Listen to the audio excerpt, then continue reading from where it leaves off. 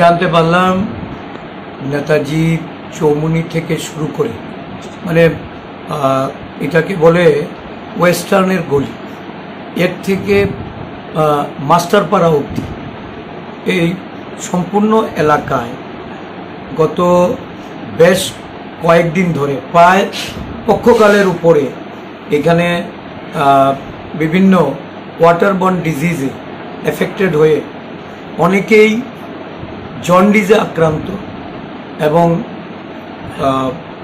বেশিরভাগ বাড়িতেই কথা বলে যেটা আমি জানতে পেরেছি, এই যে DWS থেকে যে নতুন ওয়াটার কানেকশনগুলি আসছে বিভিন্ন বাড়িতে তারা জল ব্যবহার করার পরিপ্রেক্ষিতে জন্ডিসে আক্রান্ত হচ্ছে এবং কর্তৃপক্ষকে বিভিন্ন সময়ে এ ব্যাপারে অবহিত করা হচ্ছে।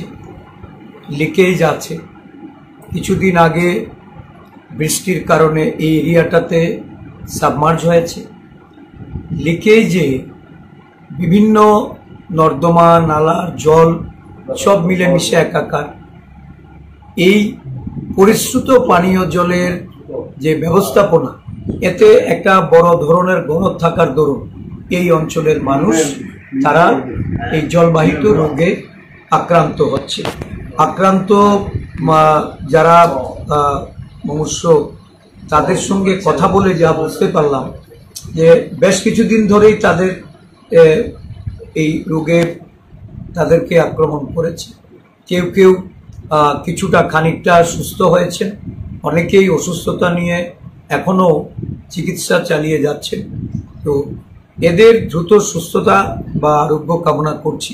সাথে সাথে আমি DWS এর যে ঊর্ধ্বতন কর্তৃপক্ষ, তাদের সঙ্গে কথা বলে অবিলম্বে এই অঞ্চলে এই যে ওয়াটার সাপ্লাইয়ের যে ড্রিঙ্কিং ওয়াটার এটা সাপ্লাই হচ্ছে, এটাকে কিভাবে পরিশ্রুত করা যায় এবং এতে পরিকাঠামোগত যে ত্রুটি, এই ত্রুটিগুলি সারাইয়ের জন্য আমি তাদের সঙ্গে কথা বলব।